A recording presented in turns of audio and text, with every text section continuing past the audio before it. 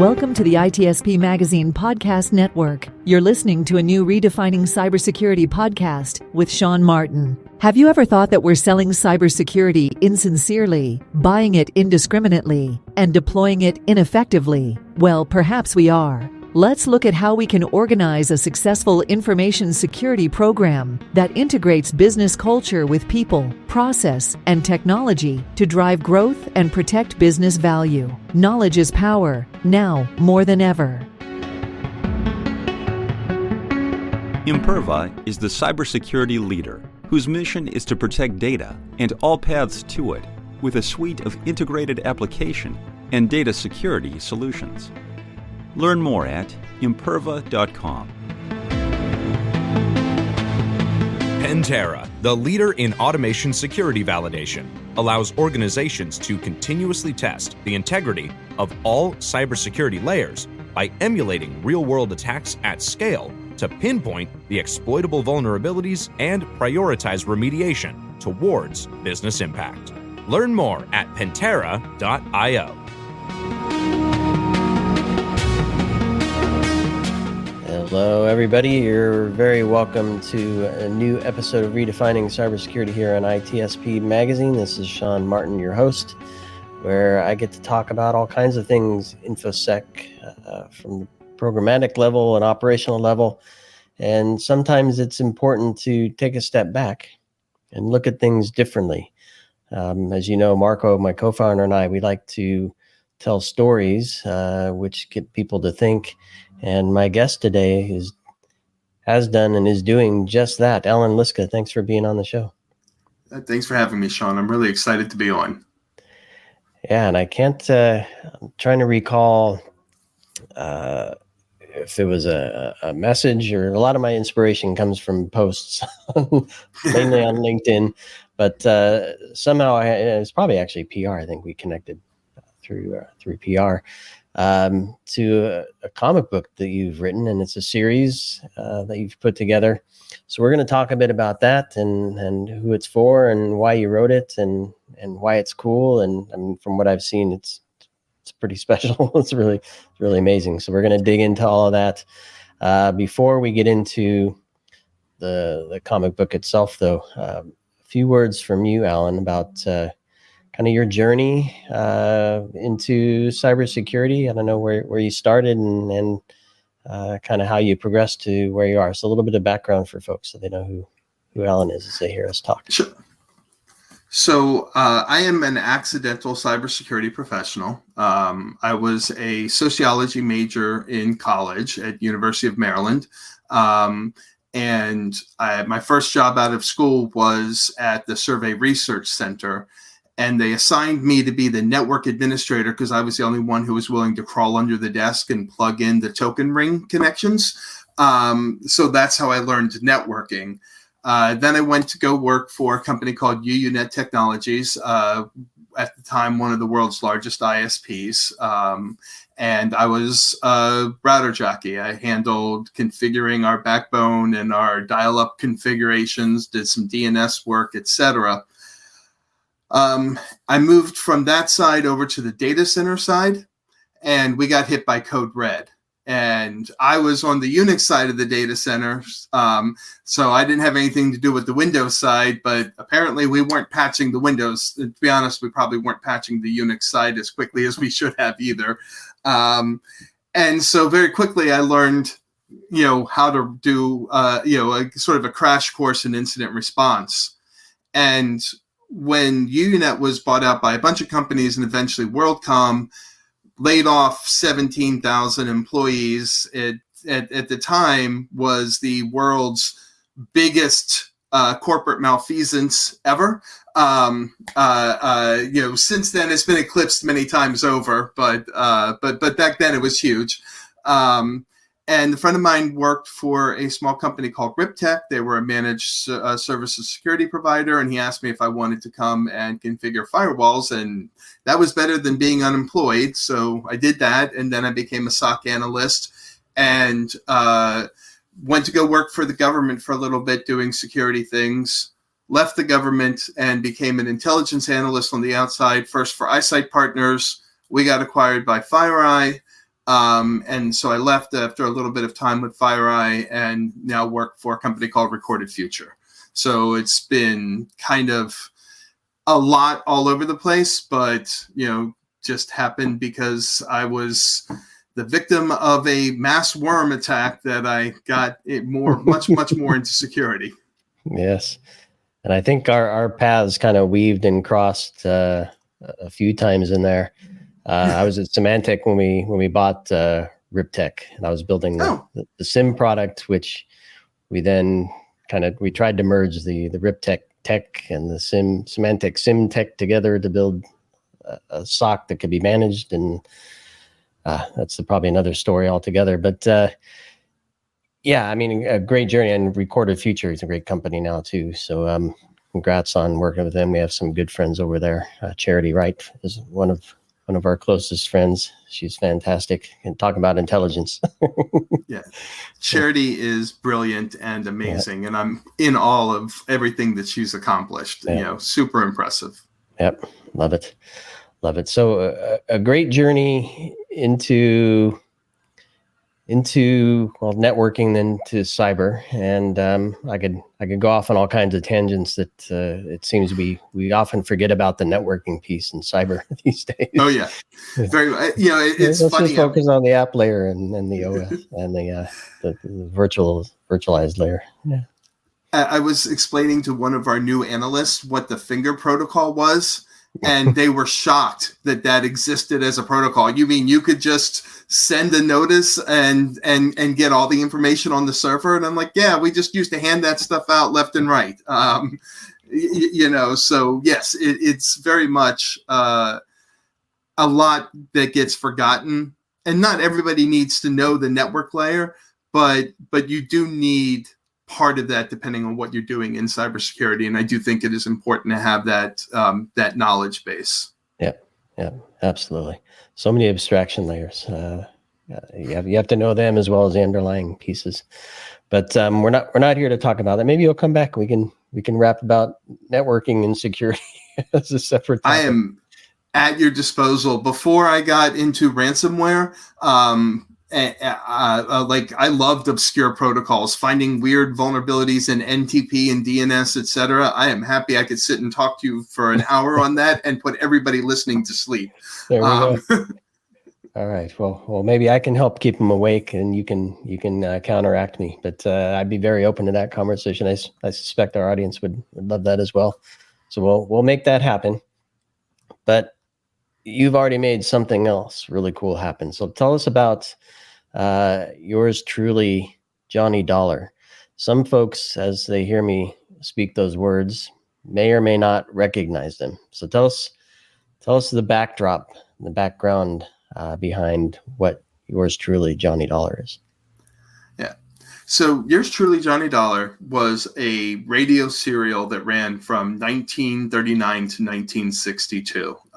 And Johnny Dollar was a freelance freelance insurance investigator. Excuse me, I gave away the ending there. And he traveled around the world solving problems, solving cases for various insurance companies. And I was introduced to him because where I live in Washington, D.C., for decades, every Sunday night, our local NPR station runs what they call the big radio broadcast, where they play all these old radio serials. And I was a terrible student in high school. So Sunday night, I was like spending 3 hours getting all my homework done that I should have been working on over the weekend. And I would listen to that to keep me company. And my favorite were the Johnny Dollar stories. And I especially loved his tagline, which is the man with the action-packed expense account. I had no idea what that was when I was in high school. Sadly, doing incident response for many years, I'm painfully familiar with what an expense account is. I can't say it's always action-packed, but I am very familiar with the expense account concept now. The expense account experience. There you go. Yes, exactly. And what was fascinating is, as I talked to other people in incident response and other places, so many of them had that tie to Johnny Dollar, whether they listened to it, when they not necessarily when they're growing up, but they may have listened to it on radio programs like I did, or now the episodes are freely available as podcasts and on YouTube channels and so on.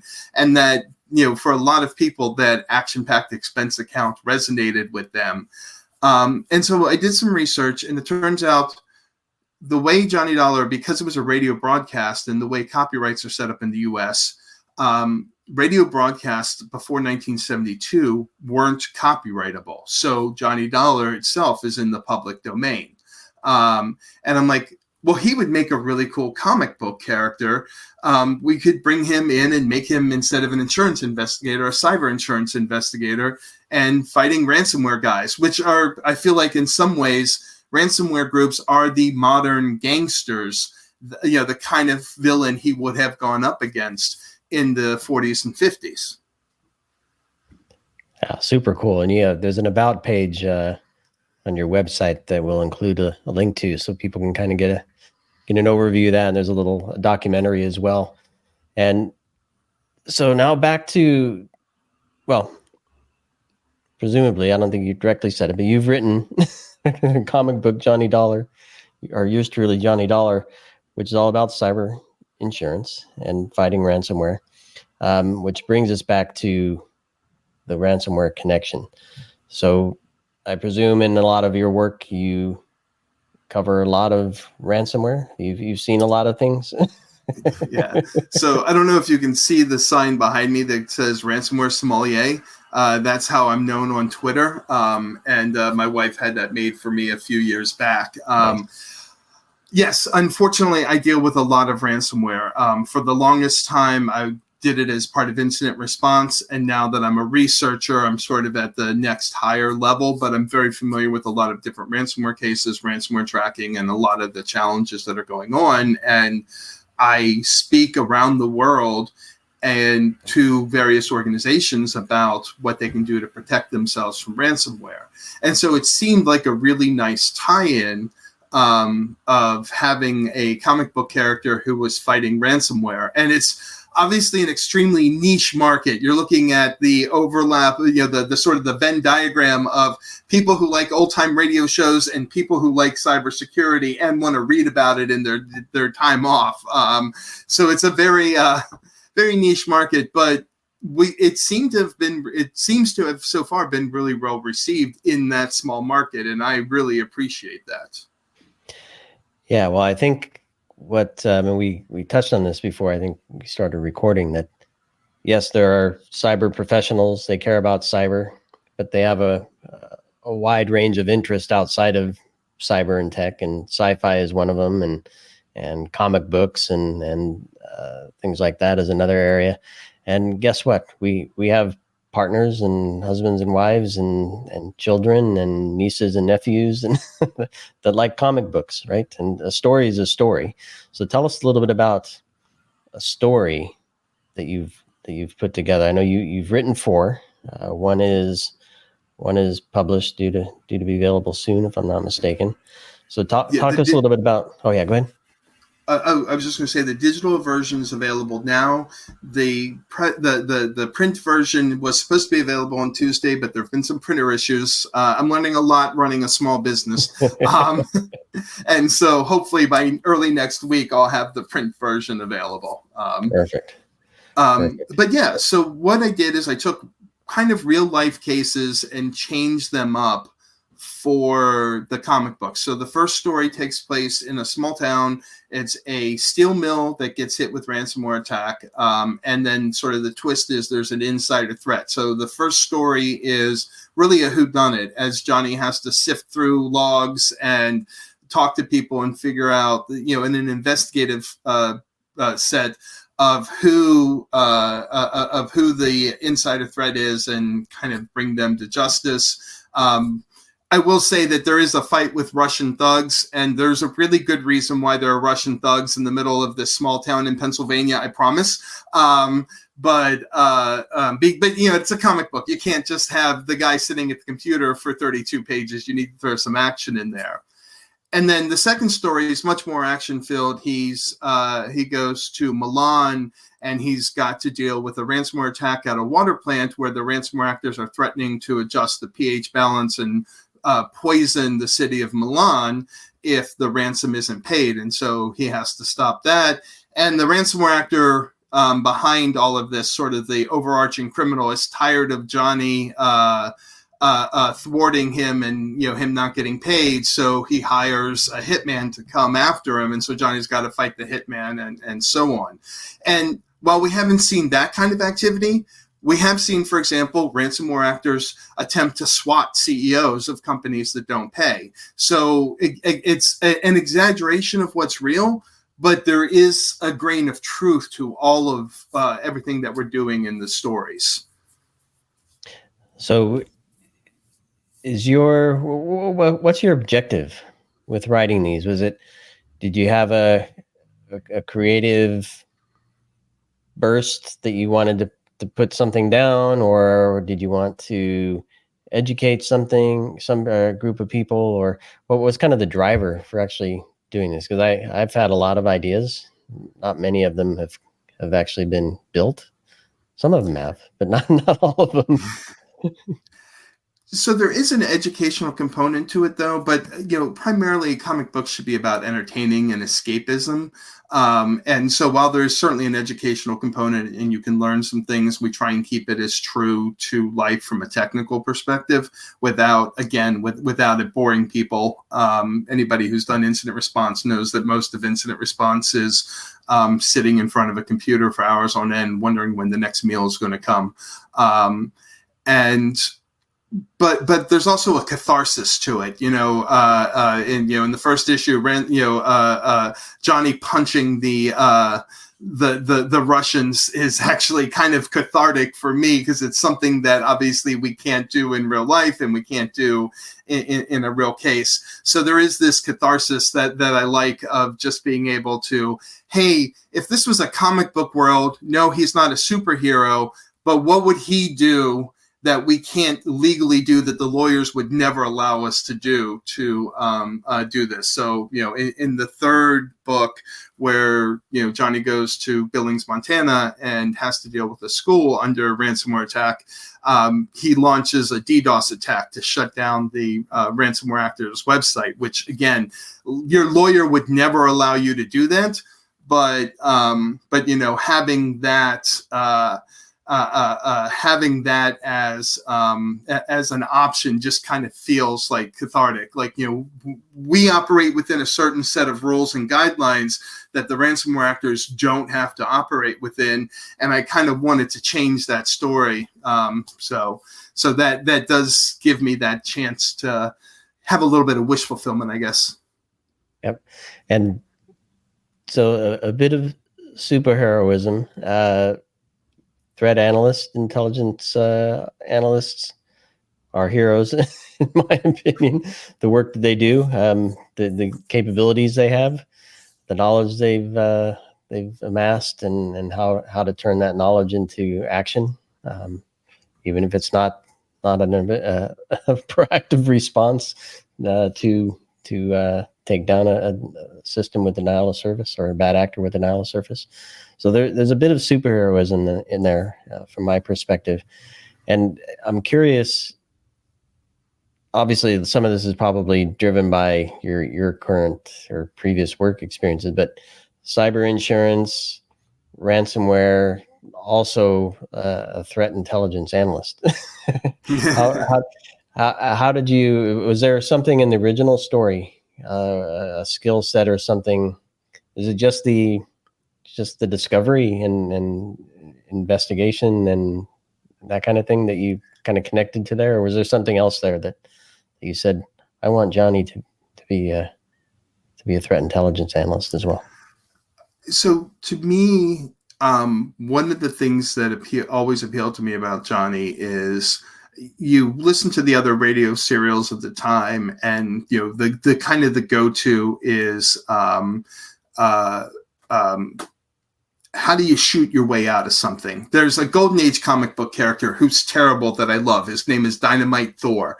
And his superpower is he carries a belt of dynamite with him. And so every solution to every problem is, how can we drop dynamite on it? Nice. And it's terrible, but it's awesome at the same time. And what I loved about Johnny is the way he thinks through problems. Okay, how can I figure out, because, again, when you're talking about a lot of the other radio serials, you have the backing of the police, you have the backing of the FBI, you have the backing of whatever government entity.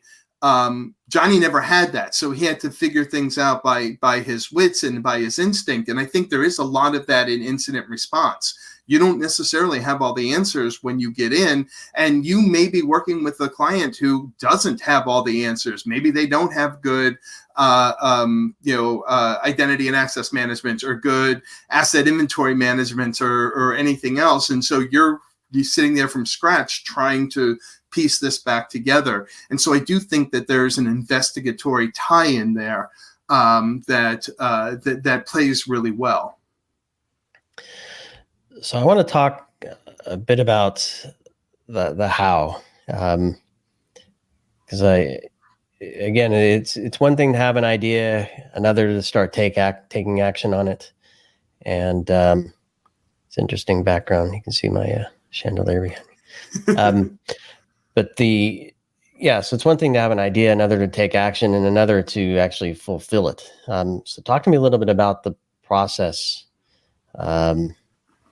of taking the idea. I suspect you wrote it and then tried to figure out how to publish it, both digitally and in print. So talk through that a little bit, and maybe as you can share some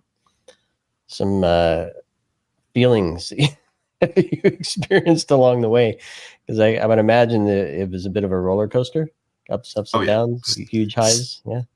Still is. So I'll say this. It starts with having an amazingly understanding wife, who, when I came home from a trip one day and said, "Hey, I want to write a comic book. Can I take $5,000 out of savings so I can start hiring artists and things for the story that I have in my head?" Like, I had the whole arc of what I wanted to do with these 4 issues in my head pretty much. Admittedly, it was a 15-hour flight from Melbourne to San Francisco, so it was a long flight, but I really kind of sketched out the whole thing that I wanted to do. And Chris, my wife, was like, sure. I don't know that she was 100% behind it, but she's like, okay, this is something you're obviously really excited and passionate about. So then I had to go through the process of hiring artists, and that's, interviewing them, looking at their work. I really wanted a certain kind of like pulp fiction, but also film noir look for the book. I wanted to keep it, even though it's set in modern times, I wanted to keep it kind of grounded in the 50s. So talking to a bunch of different artists, figuring out what they could do, how they could do it, and then, finding somebody whose page rate I could afford, and then finding cover artists to do the cover, because those are often too different, finding good letterers, finding a great editor who could go through my script, which was extremely text heavy. Because I tried to get a little too explanatory at times, and that doesn't work in comic books. And so finding all of those people, putting the issue together, and then kind of going and saying, hey, this is cool. I want to see if we can get some funding.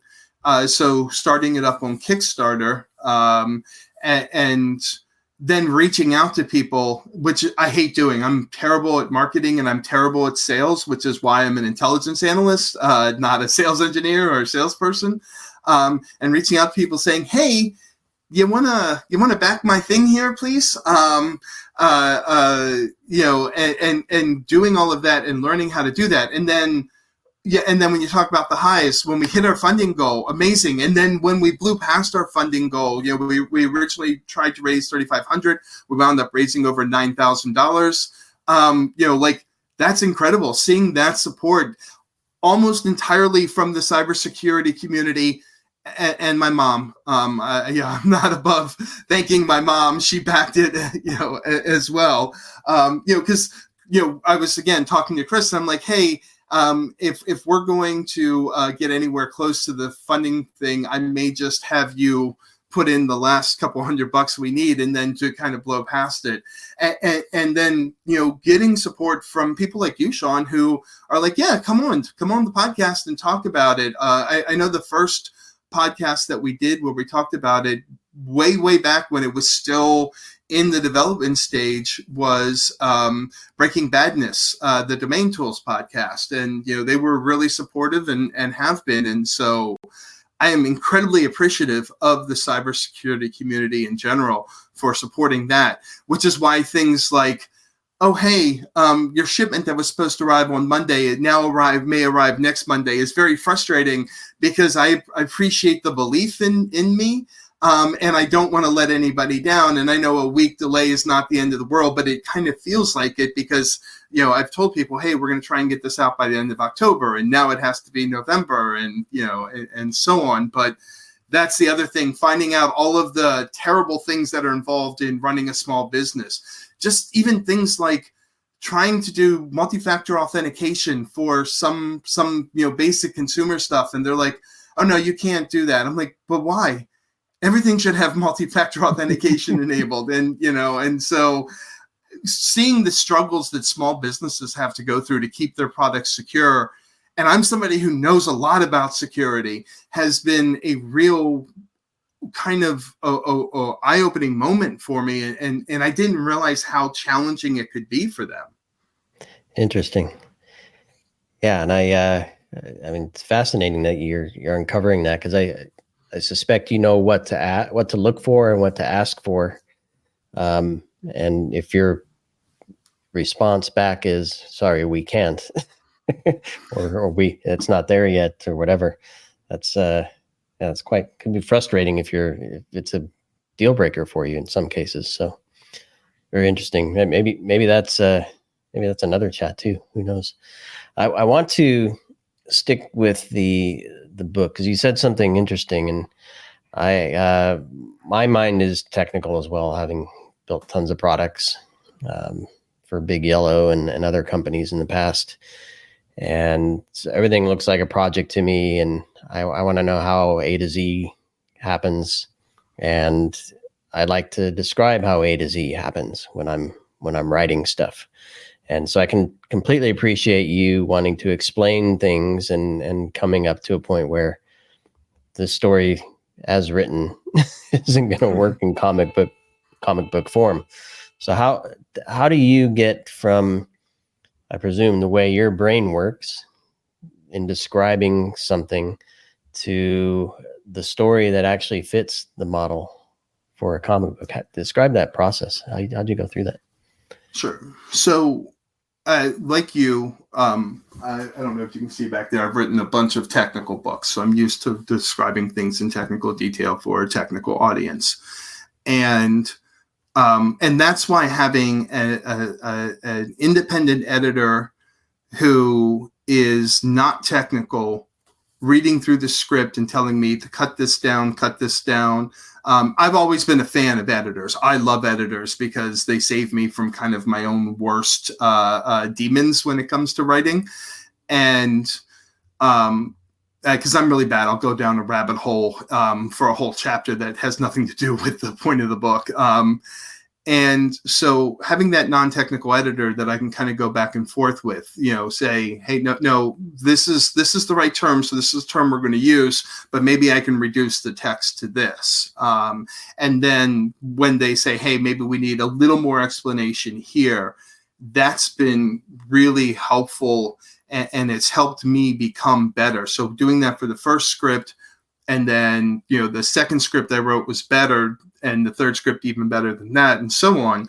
But, having the editor come in behind me and make sure that we're sticking with that. And that has been really good. And the editor that I found, literally he goes by the handle comic book editor, but Brendan is really good at understanding what comic book audiences want. So he reads the script as if he was reading the comic book and what would excite him and what wouldn't. And he'd tell me, hey, the story's starting to drag here. This made no sense to me whatsoever. And oh, this is really good. I love this. And so we can build something that is going to appeal to a general comic book audience while still appealing to a cybersecurity expert and hopefully somebody who loves Johnny Dollar. I love it. So here, in the spirit of my show, is there a lesson for analysts in what you just described? Communicating findings to executive leadership and perhaps even the board or people investigating or insurance companies validating a claim, telling that story in a way that they can understand and make sense of. Absolutely. I mean, that is, sort of analyst 101 is knowing your audience and knowing how to approach what you have to say to that audience and how to do that. You read about this all the time with the presidential daily briefs, right? The different presidents have different ways that they like to consume information. And so when you write the PDB, you have to write it in the way that president wants to read it. Some like a lot of detail, some like additional links to read, some want just a high level summary, and they're going to ask their advisors for opinion and so on. And that's just obviously the most public example of, a briefing to your audience. But we all have to do that as intelligence analysts. I speak around the world, and if I'm speaking to a CEO or a group of executives, I may have a different level of conversation than if I'm speaking to analysts or if I'm speaking to a government agency versus a bank. The way I approach and the way I discuss things is going to be very different because you're talking about different people with different goals, different skill sets, etc. Yeah, super important. Storytelling, know your audience. There's a lot to unpack there. Allan, I feel like I could take a gazillion tangents with you to talk about all kinds of different things. I think we're kind of at the time where we'll close this conversation, and I'd love to have you back. Certainly, talk about some of the other things we discussed. JohnnyDollar.io is the website. I'll include links to that and of course to ways to connect with Allan online. Allan, super great to meet you and have this chat. Congratulations on the comic book 1 through 4. I'm excited to see how that goes and hear how the community accepts it and receives it, and who knows what comes after. Anything else to share? Do you have a next arc in mind? So I think I want to leave the Johnny Dollar at the 4 arc for a while, but actually one of the things that I've learned in this journey is how many people in cybersecurity really love comics and have comic ideas. So I think what I'm going to do early next year is open up a call for pages where we can create a comic book anthology from contributors in the cybersecurity industry. So something simple, 1 to 6 pages, you get paid for it, you own the intellectual property rights, but you give us the ability to publish this, and we'll do an anthology of comics submitted by people in the cybersecurity industry. I don't know what we'll call it yet. I'm sure we'll come up with something like, 0 Day, a comic book, a cybersecurity comic anthology or something like that. But there's so many creative people in this industry, and to give them an outlet for a chance to do that, I think would be absolutely amazing. And to see their work the way I've now seen my work in print and published, for them to be able to get that joy while I deal with all the heartaches on the back end and the headaches. I think that would be really a great service to the community and something that everybody can enjoy and appreciate. Yep. I love that. I can totally appreciate it, given what we've done with our podcast network. Same idea. Give space and a platform for others to bring and tell stories, and Marco and I deal with the headaches in the back end. So super excited to hear about that when it comes out. So please keep us up to date, and love to have you back on as you get some of those things working. Allan, again, pleasure to meet you. Pleasure to chat with you. I encourage everybody to check out johnnydollar.io and grab the comic books as they come out. Interested to see the print version as well. So congratulations, Allan, and thanks everybody for listening to this. Hopefully you found it useful. I think there's always a connection back to what we do in our professional lives here.